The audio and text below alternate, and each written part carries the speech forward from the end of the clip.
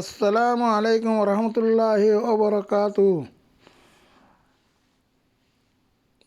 तमाम हाजरीन, तमाम मोमिन मोमिनात, मुस्लिमीन मुस्लिमात, তারা বেগুন রাখান মর্দার খবর খন্দে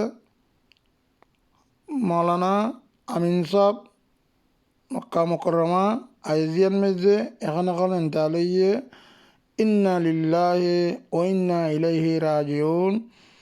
ইনশাল্লাহ ফজরের মেজে আইব জানাজা হইব।